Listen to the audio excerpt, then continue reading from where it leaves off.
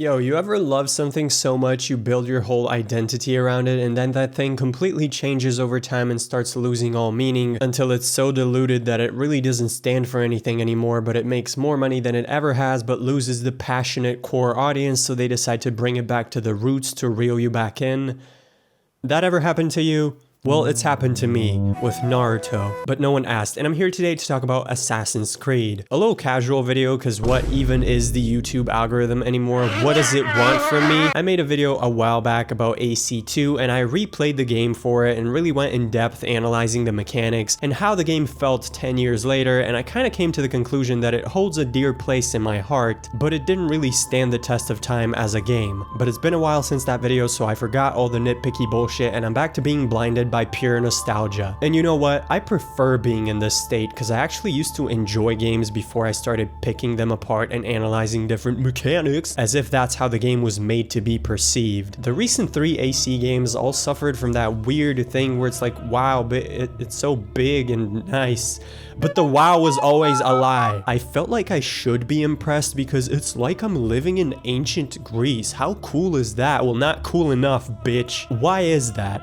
Well, it's because The Witcher 3 was such a hit and everything has to be everything else nowadays. God forbid you let another game have a piece of the market share. Growth and scaling, and wow, we have such an amazing, passionate team of people working on this. So many amazing, talented, amazing, passionate people in our amazing team. We are so excited. Meanwhile, there's like 12,000 employees across 20 international offices working on this. What are the statistical probabilities of them all being amazing? Also, every studio says their team is amazing, and if everyone's amazing, then no one is. Shut up. Right before they decided to go back to their roots, Assassin's Creed execs were probably sweating their asses in some damp meeting room trying to figure out how they could further bend the lore of this poor game that already suffers from every identity disorder imaginable, to include football in it because they heard FIFA was making money. It's like every social media has become a twisted amalgamation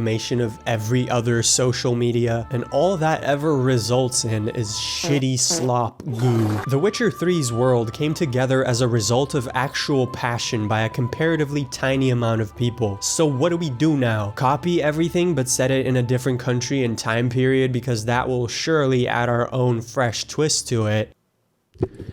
Baby, the setting and RPG mechanics are the least of what makes a game like this something that touches the soul. I played Origins for like half an hour and something about it just felt super duper icky. Immersion is not only in how many pixels your fucking world has, it's the ugly futuristic UI with a bunch of gold, epic, rare, glowing, legendary, radioactive weapons and skins that give you the impression that half of the development time and resources were spent on the store for some suspicious reason. The numbers popping up when you hit the spongiest enemies known to man. The unlimited parkour allowing you to fucking grip air molecules. The entire game felt like a backdrop for maximizing ugly business words like growth and revenue. That is what takes away my immersion. Anyways, Mirage looks great. There's a bunch of these dramatic ass videos that are like, this has to be a joke, or revisiting the roots they said, or my absolute favorite, Assassin's Creed Mirage is fundamentally missing the point. And it's like,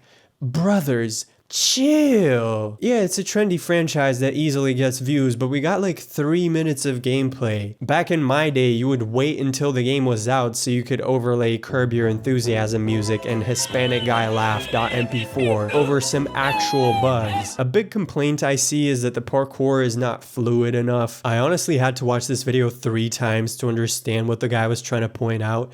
And yeah, now I can't unsee it, so thanks for ruining the game for me. I could have played through the whole thing and never noticed this, which is what I used to do, by the way, before I had to consume 50 hours of video content on every game I play. There's a lot riding on this game, including your life. Yeah, they made a 3D haptic vest that kills you in real life if you die in the game. The newer AC games sold well, but what has Ubisoft's reputation become? I'm genuinely asking, what is it? How do we feel about this company? I don't even think that the frankly offensively French CEO knows. Hearing the name Ubisoft produces no reaction in my brain. I can't even say that I don't care, I just...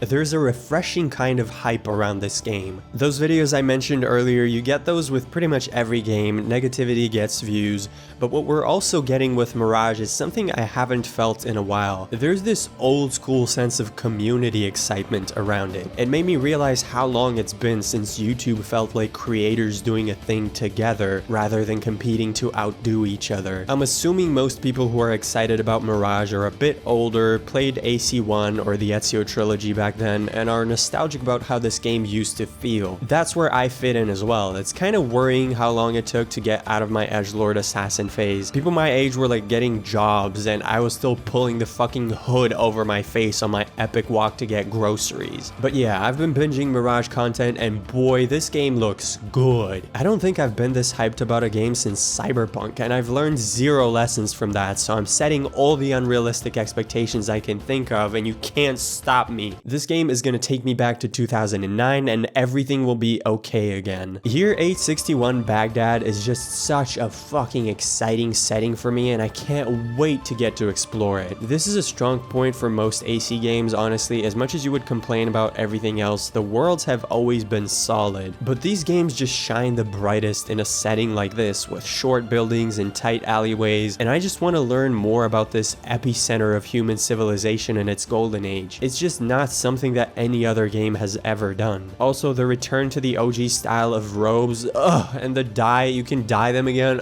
The UI looks so simple and so pretty, like just an old school casual RPG progression system.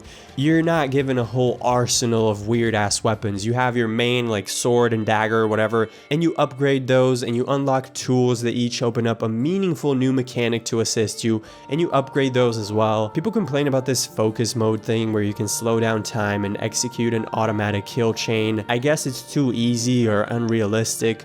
My brothers in Christ, I don't care. I want this game to be a power fantasy again. Bullet sponges don't make sense in a world where you're supposed to be a stealth assassin. Not every game needs to have deep and layered combat. Sometimes it's just more fun to click maniacally and watch a whole room of enemies disappear. Also, Eagle Vision.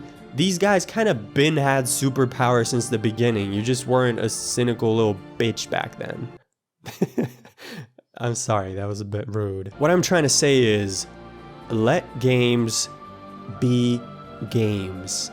I think Mirage was supposed to be like a spin-off or extension for Valhalla, but the fact that they kind of ditched that idea and committed to Mirage fully gives me some hope that the franchise might be heading in a good direction. People always ask for smaller, linear, more focused games, and companies never listen for some reason. Mirage being a lot smaller than Valhalla with a set story with no multiple choices and stuff means there will be more room to add small, cool details that made the original game so interesting. Like bribe a preacher to lower your notoriety and then pickpocket the money that you gave him. I just love silly little things like that that make games games. We'll see if people actually buy Mirage, but at this point Ubisoft desperately needs a W, and as a lifelong assassin edgelord, I'm hoping this is it.